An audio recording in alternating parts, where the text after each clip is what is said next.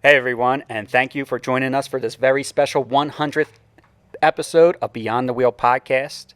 We're joined today by Shawn Nichols, who is the COO of Battleborn Batteries and Dragonfly Energy. A little bit more about that name in a few moments. To make this even more special, Shawn Chicory and myself have flown here to Reno, Nevada, home of Battleborn Batteries, and we're going to be talking about marketing strategies that made Battleborn Batteries the trusted name that it is today. So let's get this episode started. All right, Shawn, thanks for coming on our 100th episode. When Kenny and I talked about it, we couldn't think of anyone better to have on our episode other than you because you've supported the podcast since the beginning. I think you were our third guest, and you've been on a couple times since then. So, yeah, we're really excited for this 100th episode, having you on, just because of all that support. But for the people that haven't heard any of the previous episodes, and I think everybody in the industry knows Battleborn Batteries and Dragonfly Energy, but can you just tell us a little bit about you and your role with the company? Sure. First, congratulations. I remember when you guys started this podcast. Yeah. And I'm really proud of you for what you've done with it. I think it's amazing. And you guys got a great following. Everybody knows who Beyond the Wheel is. So, kudos to you for making your best effort at making this thing a success. Really is. Thanks. Thank you. And I'm honored that you chose me to be on your 100th episode. Really, I mean, we're all buddies. So, yeah. You're two of the guys I actually talk to, quite frequently. And I think that, it's some of the people that I've met when we started this company it's been pretty amazing. You're two of them, so I think very highly of both of you, and I'm really proud of you, and I have the deepest respect for your efforts you put into this. Oh, thanks. Thank you. And I think I'm Shawn Nichols. I'm the co-founder and the chief operating officer of Dragonfly Energy, which is the company, the parent company of the brand Battleborn Batteries. And a little bit about me: I've been living here in Reno for 18 years, and I met my business partner Denis at graduate school, or business school, we called it, at Nevada, here in Reno, the University of Nevada, Reno. And he asked me to join this company. So we started the business, and the Battleborn Batteries name was an idea that I came up with before we did a business pitch competition where we could win $5,000. At the time, the governor of the state was Governor Brian Sandoval. Okay. And he had a Shark Tank style pitch competition where you could win $5,000. So I told Denis we're going to launch a line called Battleborn Batteries. We're going to go up there. We're going to win that $5,000. Well, we didn't win the $5,000. We won $2,500, but we grew an incredible company after that. Yeah. So yeah, that's a little bit about my background. That's how I ended up being in this industry. Before I met Denis, when I signed up to go to business school, I was running an inverter company, selling inverters and solar charge controllers. So I've been around this industry since 2009. Oh, okay. Yeah. Okay. And you had mentioned that for that contest, you were using you were using the Battleborn name, but recently, especially now with the introduction to Dragonfly being part of Keystone RVs, the consumers are starting to hear the Dragonfly Energy name a little bit more. Can you talk a little bit about the separation or the combination of the two and why that is? Yeah, early on as a younger company, I knew that we needed to harness all sales channels. So we had an OEM brand, which was quietly operating in the background, evangelizing this technology and educating OEMs on the value of it in many different industries, RVs being one of them. The Battleborn brand was a direct-to-consumer brand. It still is today. Some OEMs do use it too, though, so there's some crossover. Oh, okay. But I think that, with a lot of the recent news that we've had, the Dragonfly name is really in the news now. I think I like to say it that, it's in the news now more than Battleborn has been. We just recently announced that we're doing a SPAC transaction also. We're going to go public via SPAC vehicle. And the Dragonfly name has been in the news for that. We also have a new partnership that we did with Keystone earlier this year, Keystone RV.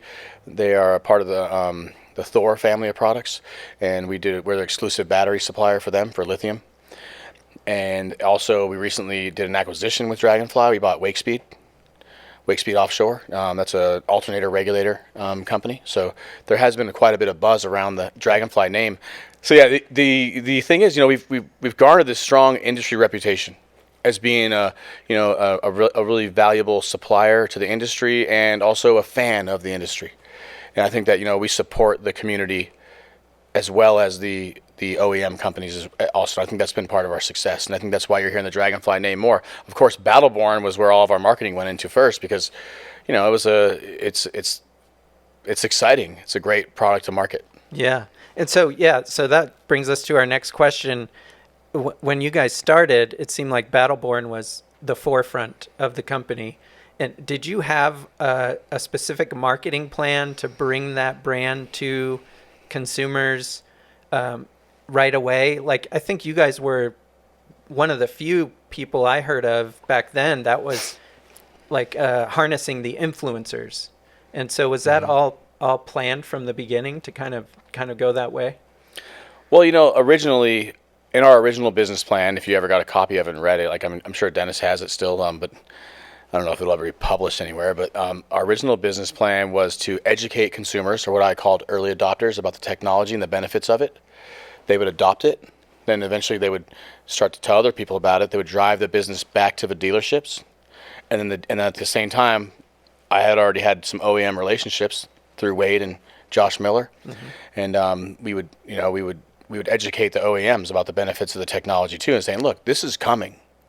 We want you to know, we want you to get eyes on this now. We want you to understand this. And we're going to be here as a resource for you. So I think that one of the things about our marketing play that, it's not a trade secret, but, we give a lot of free education. I think that a lot of companies, miss the boat on that. I think they don't take the time to actually create the content to educate people about the value of the product. I think that's something that we've done differently. I think there's a lot of companies out there that look at our strategy and start to adopt it today, and using influencers is one of those things. It's no secret that we have a lot of brand partners. I think the one thing that we do differently, though, and I think, and you can agree or disagree with me on this, is that, your brand, your original brand, Chicory's Travels, was as important to us as we were to you. Okay. I think there's an authenticity in those partnerships. That's why I like to call them, instead of influencers, I like to call them brand partners. It's a partnership for us. Okay. And we care as much about their success as they care about ours. And I think that's something that we do a little differently here, I think, in my opinion. Yeah. Yeah, I would agree with that. Yeah. Definitely agree with that. Do you feel, though, that the brand partners were big contributors to the what I would consider rapid growth of the company? Yeah, I mean, there are other companies using brand partners at the same time we were. I think that timing is very important, and I think that at the time when we started this organization, I was acutely aware of the fact there were a lot of mobile power systems that were limited because in my old job, we sold nothing but lead acid batteries, and I knew there was a lot of projects I was turning down. Okay. So I knew that the RV industry in general had a soft spot for it. I also knew that these batteries cost more. So through the, I think that our relationships with brand partners helped tell the story of the benefits of the technology. And I'll be honest with you, but I think we helped a lot of other people sell batteries too. I don't think it was just us. I think that that there's lots of choices out there in the market. Of course, some people like Battleborn because we're designed and assembled here in America. Hopefully, someday soon we'll have a completely vertically integrated U.S. made product. We don't today, so we're designed and assembled. And we employ 160 people here. We're not just importing packs from overseas and putting a sticker on them. We actually do engineer the product, and I think that some people find value in that. Yeah. And I also think that people like the story of us kind of starting this company out of our garage and kind of growing from there. And we're not the only ones out there doing it, but we helped create this market. So I think that that's a kind of product that has an opportunity for explosive growth. The brand partner relationships that we garnered along the way were very beneficial to us, mutually beneficial to all parties, I believe, but very beneficial to us in getting the message out about the strength of the product and the quality. Okay. I think all great companies start in a garage. Yeah. So Yeah. you got that going for you as well. Yeah. Was there ever a time when you had to change gears or switch things up? Did you feel like, okay, this isn't working, let's introduce a different strategy to marketing? Well, we have a lot of marketing things that we do that, I probably wouldn't release, on the podcast. But I think, you know what? For me, marketing comes very naturally. I think that, people on my team can attest to that. There's a certain way to think about something. And the thing that I always do is I try to think 3 steps ahead. How does this move impact other partners that you have in the industry and that type of stuff? That way you're not just, a lot of companies get really, late tunnel vision focused on certain things and they alienate people in that process. And I think that, for me, marketing's always been a hands-on thing. And I happen to have the opportunity, we were just together at the Overland Expo, right, a couple weeks ago. And I still like to get out there, and talk to people and see what's going on and see what the market's doing. But I think that No, my strategy's never changed. It's authentic. Our partnerships, our advertising, our products are authentic. They're real, and they're fairly priced with great quality. And I don't think that's ever changed. Yeah, you know what was great about that show when we were out at Overland is not only did you get a lot of people coming up to you and say, hey, I've heard of Battleborn batteries, I'm interested, but I don't really know a lot about it. You had that group coming up to you, but you also had a lot of people coming up and saying, hey, I have Battleborn batteries, and I just wanted to stop by to this booth and say, hey, man, these things are fantastic. I just want to thank you for putting out such a great product. That's got to make you feel good. Yeah. And I think that speaks volumes for, just how great that trust and that the Battleborn battery brand is. I think I agree with that. I think that it's the people that use our product, though, and the people that make our product and assemble our product and design it, and from the marketing team to the production team, that make our product great, and the people that use it in the field, right? Because they support us. They're these organic conversations that happen at a campfire or on in a boat harbor, like that people talk about the products that they're using, and we happen to be very well received in the communities that we. And I think that's because we participate in those communities. I think that goes a long way. But going out to an Overland Expo, or even the following 2 weekends later, I was at a mountain bike festival. I had the Battleborn van there. I met several people that had Battleborn batteries too, just right here locally. So, there's a lot of people out there with them. It is exciting. But the one thing I want to say is, we wouldn't have this business without them. So I always tell them, thank you for your business. Yeah. And it happens more at shows. I was telling Shawn, I was at a KOA not too long ago. I had a Battleborn battery shirt on, and a guy walked up to me. He's like, hey, I got Battleborn batteries in my RV. We were actually there for like a little breakfast that KOA was putting together. And we were talking, both of us were talking about just how much we love Battleborn batteries. And, I was sure to be very loud about it so that other people at breakfast could just hear how much this guy enjoyed his Battleborn batteries as much as I was enjoying my Battleborn batteries. Well, I remember when you put your batteries in. Yeah. We had a very brief conversation. Look, I don't want to make a lot of changes to my rig. I just want to put these in. I said, good. Put them in, right? And it worked. So I think that, we've done a really good job of there's battery anxiety, right? There's also like electronics anxiety when you start doing projects on your own. I remember when you put your soft start on your air conditioner. Yeah. You did a lot of projects on your old toy hauler, right? There were big projects. Big projects. Yeah. And there's a little bit of anxiety around those, right? Because you weren't an expert at it. Yeah. We've done a really good job of simplifying that and making it possible for other people to really just see that it's not easy to do a lot of times. Sometimes it's a little difficult. It takes time, right, to install something. It's not just like a 5-minute job. But we do a good job of bringing the product to the people with the resources and helping them get it into place if they want to do it on their own, or we make referrals to installers. But, like I said, the fact that people love the product to me, it's a really cool thing because, we put a lot of work into this place. When you first met me, I had a lot less gray hair in my beard than I have today, right? So, I hope to be able to spend more time out in the field someday, like enjoying our batteries, because, gosh, I hear some really exciting stories about them. And I think that's the cool thing about when I get to encounter a customer or a brand partner that's using our product and listen to their story. That's like really powerful. You saw me at the Overland Expo. Yeah. We were connecting. Me and you were connecting with all kind of people about products and what they're using and everything like that. We were out there just for hours, talking to people. So you use those rallies and big events, not only RV but boating as well, to provide education. I know you guys always do presentations at these things, but we often hear a lot of companies say that they also learn a lot from the people at the shows on how they can improve, what the trends are coming up, what people really want. Do you find it's like a mutually beneficial thing that way when you guys are out there? Absolutely. We go there to meet our customer. We go there to meet future and prospective, and existing customers, right? Okay. We go there to listen to the feedback that they have. Traditionally in the RV industry, especially, you guys know what two-step distribution was. It's still a thing. Like, there are companies out there that sell products that are 3 steps away from their customer. They literally never get feedback from the customer directly. And I think that we will always continue to participate in the communities that use our products for that reason and many others. Okay. Mostly because we support the mission of what they want to do, right? They want to get out there and stay out there longer. We want to be able to provide that solution. But in general, it's also nice to be out in front of your customer and hear like a conversation about how someone likes the product or something else that you could change about it, originally, our very first version of the battery was a Group 31. This one here is between the one over there on the table is between a 27 and a 31. And one of our original customers had a van. His name's Alan. I just saw him at that mountain bike festival. He was here in Reno. I knew his wife, and he bought a couple batteries for his van. And our original battery was a little taller than that one, and he had to put he built his own like terminal cover out of a gallon milk jug thing.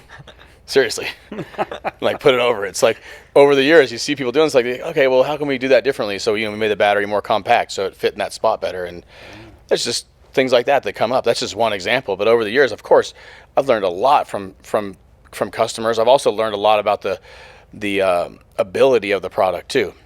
A lot of like things that they've done that I never thought of. Oh, okay. I've seen people put like 12 batteries in their RV. Yeah. I saw one guy put 10 in. And then another guy found out that guy had 10, so he put 12 in. Then I talked to those people about it. I'm like, well, how did you like it? They're like, well, we have to write it down now when we start our generator. Oh, really? It's that few of times. Yeah. They're probably just doing it just to exercise it. Yeah. We have to write it down now. It was John and Brenda Najedlo. Okay. Right. So from the Geo Astro RV, they're not on the road anymore, but they were great friends of this company. Yeah. They still are. I love those people. But they had like put a notebook in. Hey, look, it's been 30 days since we started our generator. Let's just run it so the gas doesn't get weird, So those are the kind of things that you start to think about long term, like the power of this battery technology from a storage aspect. Now what's happening is these same people, you included also, are creating this movement of educating people how to live off the grid. So we're learning how to harness the power of sun and wind and thinking about how to apply it on a larger level, which really ties into our future play about our solid state batteries.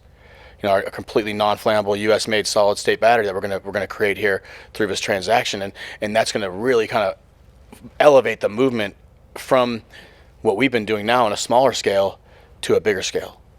Does that make sense? So not only does the product feedback matter for today, it matters for tomorrow too. Yeah, like you said, you're thinking 3 steps ahead. Right. Right. You're just not in the moment of it. Right.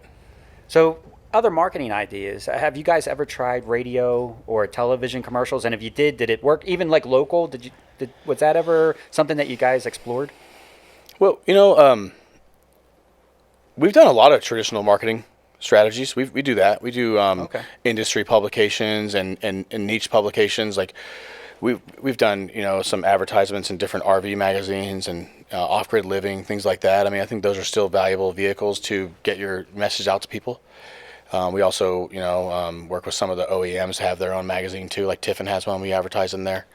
We also participate in their rallies, and that's part of the community aspect of it too. But TV, we do sponsor, we're the exclusive battery sponsor for the RVers, the TV show. We did it for 5 seasons, I think, right now so far, and then there is some TV advertising that goes along with that too. I think that you just never know. Once your brand gets bigger, you have to put it in front of an audience any way you can. And I think, but we always focus on like niche advertising tactics. Basically, if we know that's where our viewers are going to be at. Makes sense, right? So we know that most of our listeners, of course, are somehow related to RVing, but you guys have branched out into different communities. Did you start with RVing? Or was that not your first kind of major group that you were targeting? Well, as a young company, I mean, for me, it was like very obvious, and to Dennis too. I think that we really knew we needed to have a focus market. But our focus markets have always been RV, marine, and off-grid, small off-grid systems. That's been that way since the very beginning. Okay. RV just happened to be the one that we got the most traction in early on. Okay. But now we're branching out to some new markets. We're doing stuff like emergency and standby backup power solutions, industrial equipment, work trucks, things like that. Oh, okay. I didn't know that. Those are all kind of markets that I've always worked in my career. Yeah. We just haven't had the time to focus on them here, but I think that we've always done piecemeal, projects in those markets. But it's not a secret.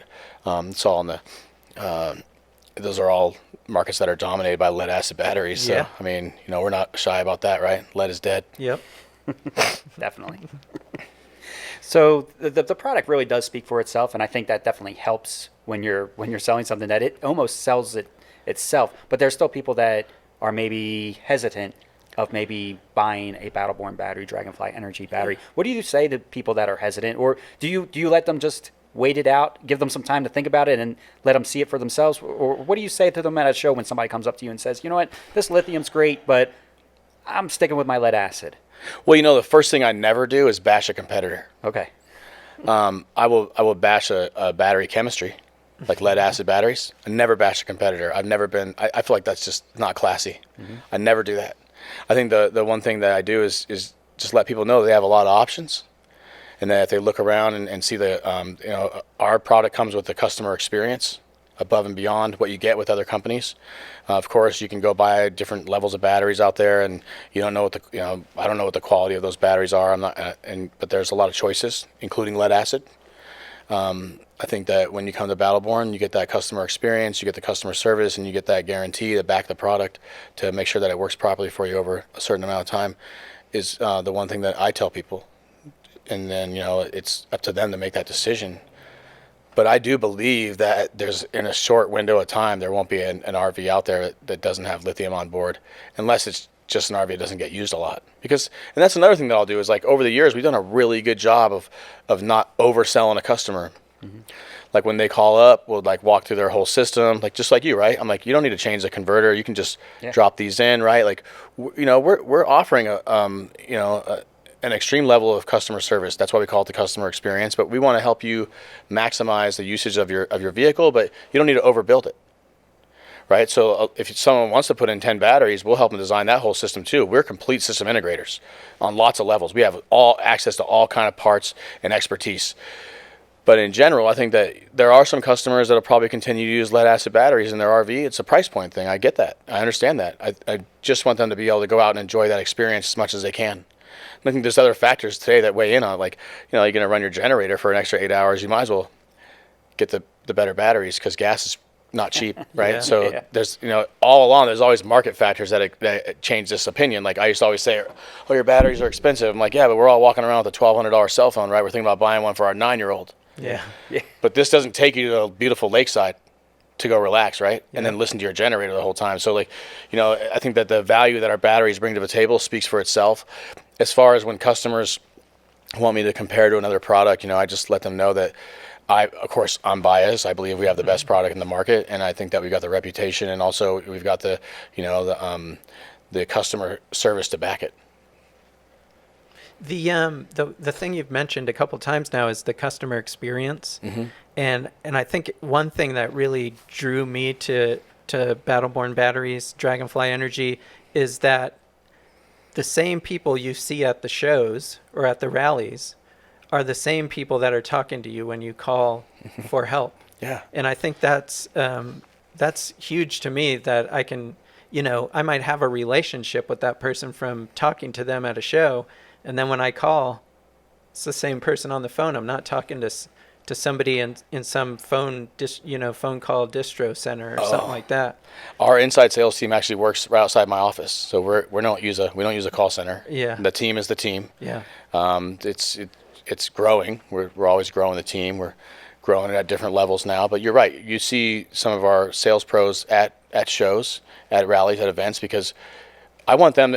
Honestly, like, that was one of the most beneficial parts about working at this company. It gave me so much passion and energy, was going out to meet the customers. Like, I want them to feel that too. I can't keep, hoarding that all for myself, right? So, like, they need to have that experience also, and get out there in front of their customers and build those relationships just like I did. It's a wonderful thing to have in your career. It's a great opportunity to understand how far service goes. But our customer experience, the way you get treated as a customer here at Battleborn, in my opinion, is that it's like an old-fashioned company. It's an old-fashioned business. Like, we do business, like, our relationship with you is paramount to the success of our business. You're not just another invoice, right? So I think that it's important that in my opinion, every single customer that comes through here, I want them to feel that. Like, if they buy on the website, they might not, but they still get a phone call from someone here saying, hey, look, you ordered this stuff. We want to make sure we get everything shipped out right. Most people will get a personal contact from us. And I think that it's a lost way to do business today. Everything's digital, but we still try to do things as much in person as we can. And I think that getting out to those rallies, I don't know, I read an article Wade, my buddy Wade, our director of business development and outside sales, Wade Seberg, sent me this article from a blog. It was called "Leave It All on the Field," and it was like this guy was talking about how his career grew, and he like 1 to 10 employees, like everyone's a player, and then 10 to 100, then you're like a coach, and 100 to 1,000, you're like a general manager. And at the end of the article, it was talking about how the guy was kind of he liked the 1 to 10. It's a lot more fun then. Yeah. And his boss told him, yeah, well, that's good. I'm glad you had fun doing that. Now create that opportunity for other people. Okay. So they can have fun doing it, right? They can harness that experience and work to their full potential, and you focus on something different now. You keep the other stuff off their plate so they can continue to grow themselves, and that will grow the business. Yeah. And so I think that's why I like sending our people out to the events, because, me, I'd like to be in front of people, man. I'd like to go to every event if I could. I would. I'd go to every event. I'd spend an extra 2 hours at every dinner. Like, I'd talk to everyone all the time, right? You know what I mean? But, like, I want other people to feel that, because the people that they get to meet, I mean, honestly, like, I think our company has a different feel, and our product, our customers do different stuff. So when you meet these people, you really start to understand that we're helping them live their best life, just like they're helping us. Yeah, and I think also what's important there that you didn't mention is, even if they're not a customer, you're still going to take time to talk to them and educate them. Oh, yeah. Yeah. We try to answer all questions that come our way. Yeah. They get that customer support before they're even a customer. They can give you guys a call, tell you, this is what I'm thinking about doing. Even if it's not even all battery related, I think inverters and all that, the setup itself. Like before you even make a purchase, you guys are willing to take the time.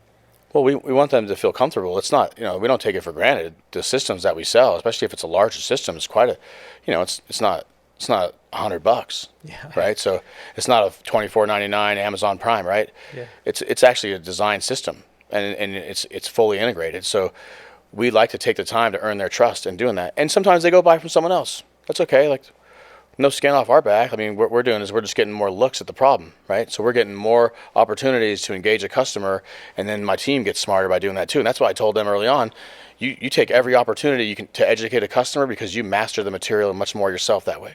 Yeah. So you answer any questions. Even at the Overland Expo, there were people just asking me questions about battery isolators and just different stuff. Even lead acid batteries. Like, I still try to answer every question someone asks me. Yeah, I always feel like I learn the most when I'm trying to teach somebody something. Yeah. So that makes sense. But some people don't want to take the time to do that. And it takes time. Our salespeople work hard. Our sales, tech support, our marketing staff, they work hard. They work 7 days a week. They're always on the social media. They're on the email. They're looking out for stuff all the time. They're not on there like, over the weekend all the time, but like they're still on there. Mm-hmm. Yeah. Yeah. So what's surprised you, like when you pitched that business plan and got that $2,500 from the governor? What has surprised you since then, or has everything gone to that plan? Oh. Well, I'll tell you what.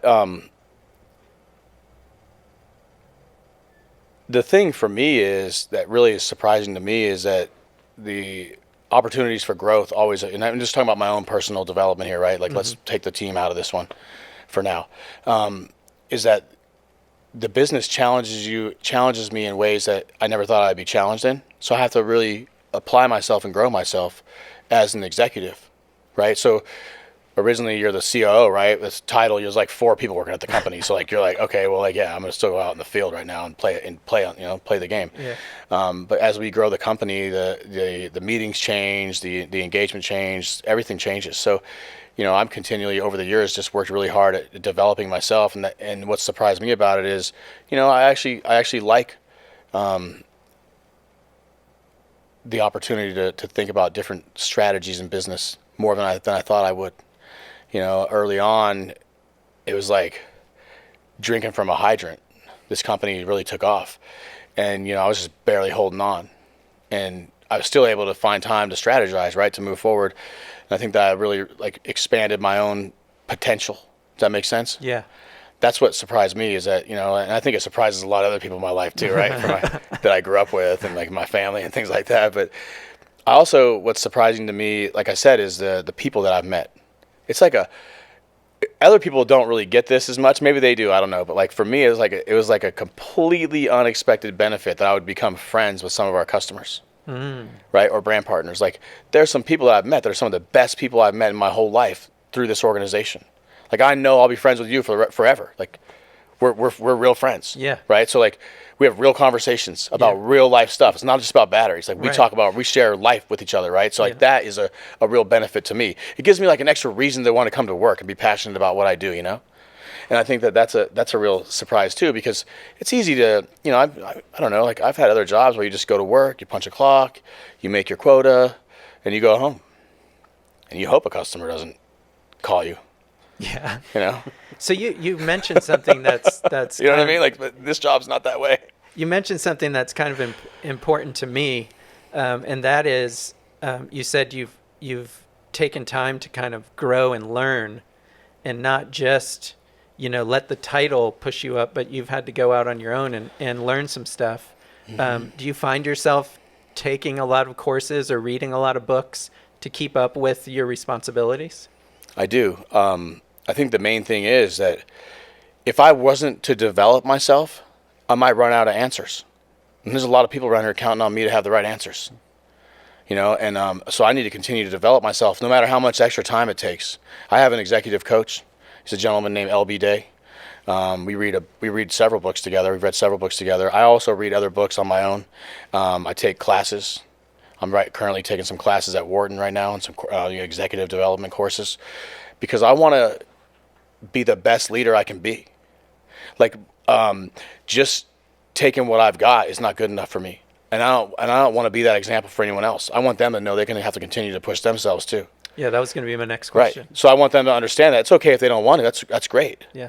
But when we created this organization, what I wanted, and I know Dennis wanted this too, was an environment where people could come and work and really feel like they were able to spread their wings and work to their full potential, whatever department they chose to work in. Work their way where they really feel like they're making an impact. And so I think that it's important for me to continue to grow myself so I can create those opportunities for them. Because the team grows and changes, and the company changes, and you know, if I just stuck with the skills I had in 2014, you know, when I got out of business school and, you know, quit my job in 16, like the skills that I had then are not the skills that I use today. Yeah. I mean, a lot of them are, but not all of them. Yeah, I think that's important for a lot of entrepreneurs, especially. Business school gets you started. I went to business school too, so I kind of can relate to this. It gives you a starting point. Yeah. It doesn't make you a CEO that's ready to lead an organization. Of course you went to business school. Yeah. How many degrees do you have? Just a few. Just a few. You got like 3 PhDs? No. 3 master's degrees? You have 3 master's degrees, two huh? 2, yeah, and a PhD? Yeah. Yeah, that's right. You're a smart guy, man, yeah. But my point is that, you know, you're not, you know, that doesn't give you the leadership that you need. It gives you a baseline. And if you want to keep up and grow your business, you have to grow yourself. Absolutely. And I think that's important. It's really about trying to broaden my own mind about what, you know, about how the company fits into the business environment is really important. And, you know, I take feedback from people too. Yeah. I do 360 feedback. I take feedback and I continue to develop myself. Yeah. Because it's important. And also it's important because I always want to like be learning myself too.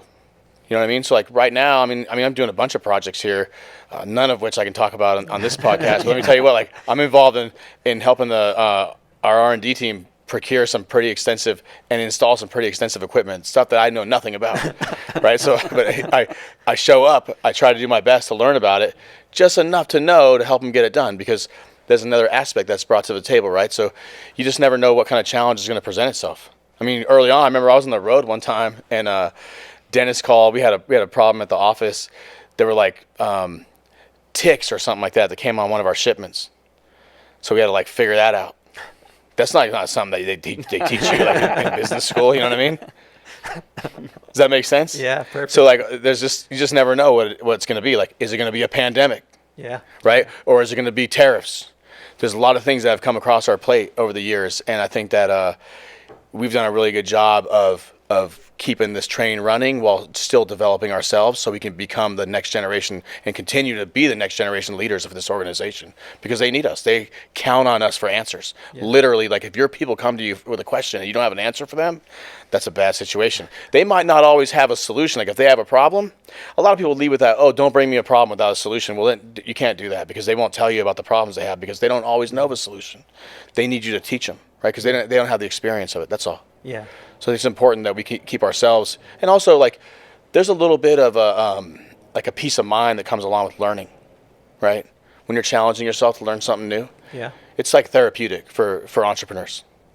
So it keeps your mind fresh, and it keeps you, it feels like you're adding more stress to your plate by trying to learn something new, but it's like a healthy distraction. Does that make sense? Yeah, perfect. Yeah.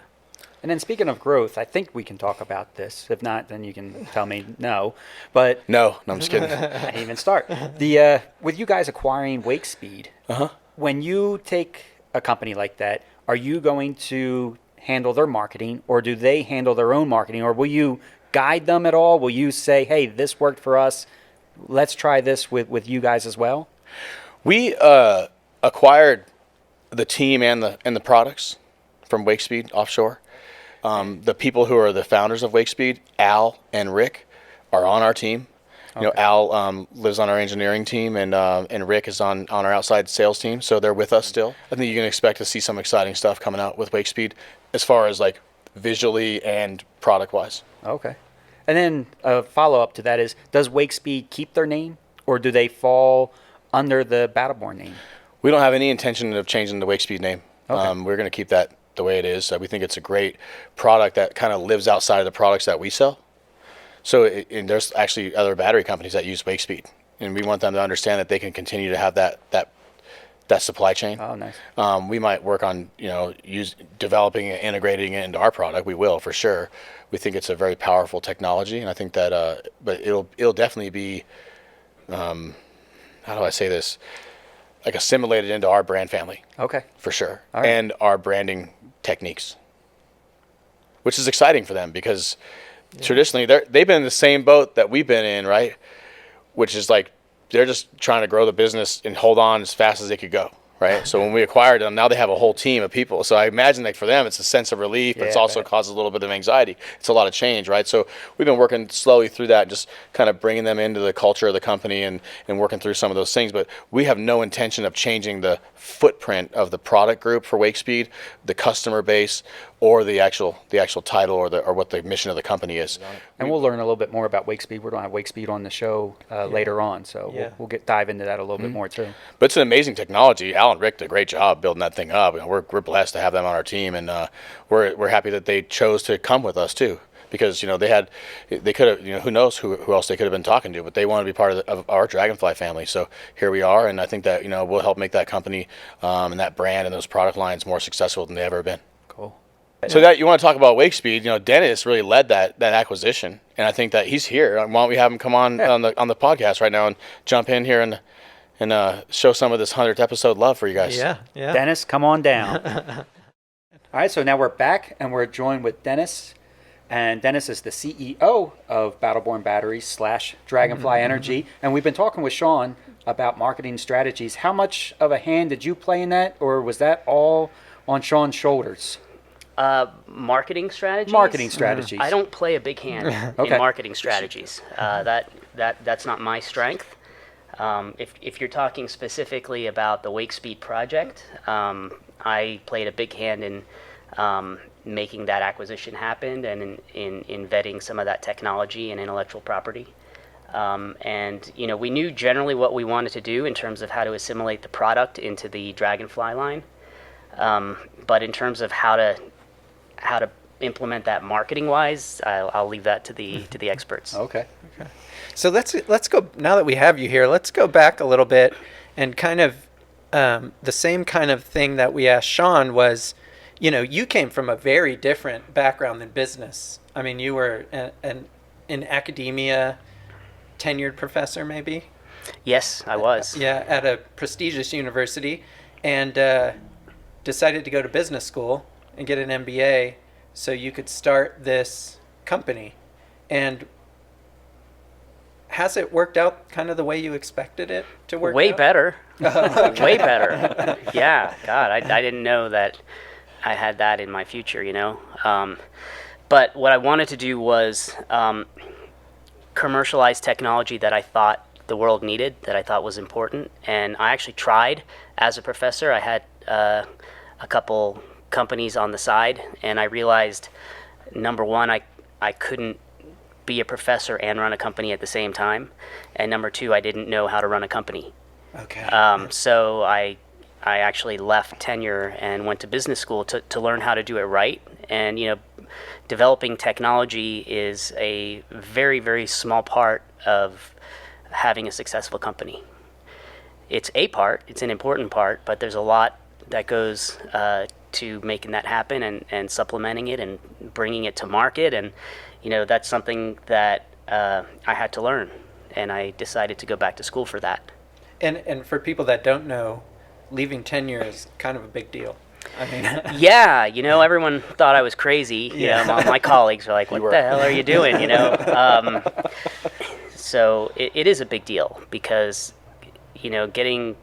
becoming a tenured professor isn't easy. Right. Getting a PhD isn't easy. Right. Getting a faculty position isn't easy, and then Right. getting promoted and getting tenure is not easy. It's a lot of hard work and commitment, and I wouldn't have. It wasn't a whim. I left because I really felt that this was important, and it did work out better than I thought. I mean, ultimately, I was hoping to commercialize a technology, bring it to market, but this got a lot bigger than I thought it would. I mean, we're going to be a public company now. It's pretty exciting. yeah. And the process of going from like your first business plan to today, what for you personally, what were the challenges that you saw or that you ran into in those steps? Like the big challenges. I know there's probably hundreds of little challenges, but the big challenges of going from business school to a company. I think you said it, is that the big challenge is there's 100 little challenges. Okay. I don't know that there is one particular roadblock. There's just roadblock after roadblock. You get good at kind of addressing each one as they come. And, developing a business plan is the first step, and it's something that's one of the first things that I learned how to do, because the business plan involves every aspect, the financials and the go-to-market strategy and the marketing and the technology and how you fund the technology. It's a fine, it's a delicate balance between spending the money on what's important and yet maintaining the resources to keep your business afloat. It's always been a delicate balance, and that in itself sort of presents a long series of challenges that you learn how to address. And have your goals gotten much bigger throughout the years on what you want to accomplish with the company? Yes. Yeah. Yeah, I mean, each time you achieve something, at least for me, I'm like, all right, what's next? Okay. What's the next big goal that we're going to hit? And, now, you'd say, well, your company is public now, you can relax. And it's like, oh, no, now we're on the playing field. Okay. So. Okay. It's another base camp. Go ahead, Kenny. I was just want to say, since we have both of you here at the same time and sitting next to each other, for anybody that's listening that's maybe starting a company and they're in a similar situation where it's a partnership of two people running the company, what type of tips do you guys have as far as working together? Do you guys talk on a daily basis? I mean, how far apart? Like, how much communication is involved, or does Shawn do what he needs to do, and Dennis, you do what you need to do? I think everybody is different. I don't know that we're the greatest template. I think the one thing is that I can say is that never give up on your business partner. Okay. No matter what, support them through anything they have to go through, and work. If they work hard and you work hard, you'll come out the other side. You'll have something great. But for me personally, most people don't really know this, is that Dennis is actually my boss. He's the CEO, so I report to him. So there has to always be one person that's actually the boss, has the final say and stuff. So I think over the years we've worked really well together. Okay. Yeah, I think you understand each other's strengths, and you work towards that. You try to optimize everybody at what they're good at, and I think we've done that well. I think also it's important to recognize, people when they do a good job on something. I mean, over the years, we've covered a lot of challenges together, and it hasn't been pretty. We've had our moments, right? We're just like any team has, right? But like I said, like you said, we're on the playing field still. We're on the field again, right? We're ready to play another game, and that means you show up, you suit up, you show up, no matter what, no matter how you feel, no matter what's going on. You show up, you support the team. Don't ever give up on the team. That's my only advice. Yeah, and now you guys are not just on the field. You're like actually in a stadium now, Yeah. and No pressure, right? We have a wider audience. yeah. So you have actually a lot more people coming to the games to watch now. So it's even more important to work together well and get that. And I imagine over the years of you guys working together, even though it hasn't been very long, right? Like 6-7 years. Maybe? I met Dennis almost 10 years ago. But we started working together officially like in December of 13, but I met him in August of 2012. I think we're proud of what we've accomplished and getting to this point. But as the type of company we are now, it requires a lot more players on the field. Yeah. Yeah, and also I think that being the co-founders of the organization, obviously we still have a lot of, say in what happens. People would look to us for answers. I think that we understand each other's strengths and weaknesses very well. Over the years of working with each other, I think that we've got some new people that bring extra talents to the field that kind of like alongside our strengths make the team even stronger. We got a lot of talented people working for us now too, so it also allows us to not have to be on alert 24 hours a day. Yeah. Which is nice too. Get at least 5 hours of sleep now. Yeah, we don't clean the bathrooms anymore. We used to have a rotation. We used to have a schedule where we clean the bathrooms. Oh, really? Oh yeah. Oh, nice. Oh yeah. I think this is great to hear because I think a lot of people think, Battleborn batteries, overnight success. And it definitely wasn't. Who says that? Everybody says that. Overnight success with Battleborn batteries. But you had success very quickly, but it's not overnight. Like you said, you met 10 years ago. You started a business. You're cleaning bathrooms in your own place. Well, we put a lot of hard work in. I think that we made a lot of sacrifices. I think that I can see how from the outside it looks like an overnight success, but they always say that, right? Like just 20 years of hard work to become an overnight success. You got to put yourself in the right position to be able to execute something. I think that both of us in our careers have worked very hard in the background to put ourselves in the spot that we're in to be able to do what we did. Yeah, we've experienced rapid growth over the last 5 years, but the previous 5 years had to set the stage for that. Yeah. And I think you're still, I think you're still predominantly, people know you as a consumer and OEM company, but your company's really about research and moving technology forward. Is that fair to say? I like to consider us a technology company because we do a lot of technology, but we're not a technology company because most technology companies don't go to market, without deploying the technology they're developing. So we went to market in order to fund the development of the technology. So that's pretty unique. And so, of course, in the process of making battery packs for RVs and boats, we developed technology for that. So we were constantly innovating there, but it funded the cell manufacturing technology that we got. That's what got us started. Really, is the intellectual property associated with how do you make lithium ion cells from scratch. And then the funny thing is, as Battleborn grew, that focus shifted from conventional lithium iron phosphate cells to lithium iron phosphate cells with a solid state electrolyte. And so that's what we are working on deploying now. Is we're I don't know how much you guys talked about this already, but we're making a pilot line to make that very special type of battery. Okay. And it was the sales of the, like we see on the table here, the batteries that are actually funded that ability. That's correct. Yeah. Right, but without the idea of how to make lithium cells differently, we would never have led us to do this because he had that idea before I met him. Oh, okay. So then we came and we said, all right, let's go to market. Let's fund this technology ourselves. right?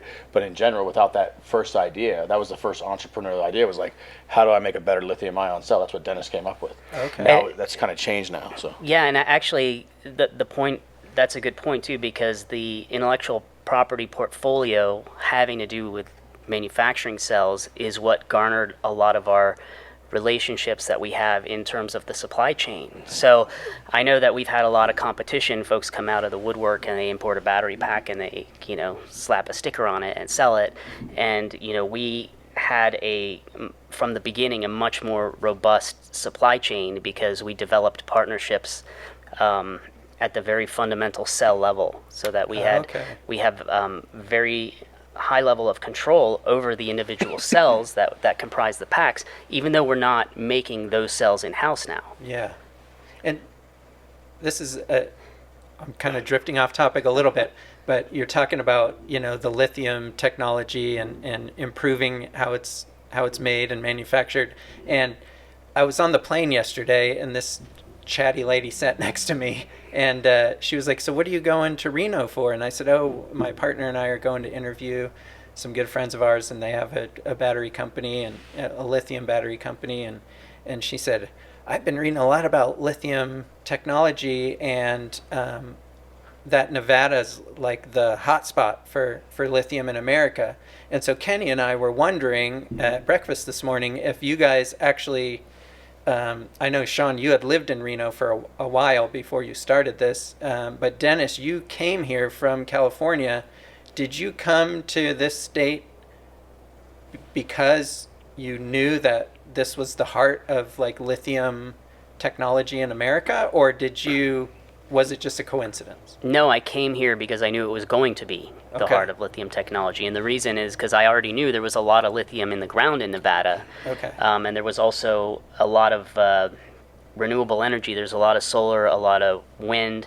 There's actually, when I moved to Reno back in 2012, it was considered the greenest city in America because it made more electricity from geothermal sources than it used. Okay. So, it makes sense from the point of view of the mining infrastructure here and the amount of lithium in the ground, and also the amount of solar and wind that exists here. Okay. So it wasn't a happy accident. It was no, it wasn't. it wasn't that glamorous how I ended up here. I transferred here with T-Mobile. I was selling cell phones. I wanted to leave California too, though. There were some personal reasons too. Reno was affordable, especially back in 2012, and I love to ski, and we got Lake Tahoe, and it's beautiful here. It's a great definitely play. It's not so much of a secret now that Tesla followed us to Reno. Right. That's what we always other say. people. Elon Musk found out we were building batteries in the garage. We came to Reno over this gigafactory. That's the only explanation. That's the only explanation how that happened. I hope you hear this podcast, Elon. We're still expecting a phone call from you. Well, I think that's all of our questions for you guys, unless there was anything that we might have missed or that you wanted to add to the conversation.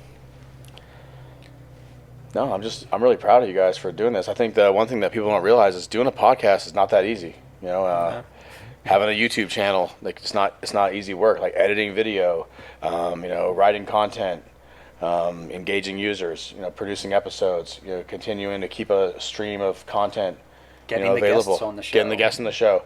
It's not easy work to do, and I'm proud of you. That's why I'm so honored you came here to our studio.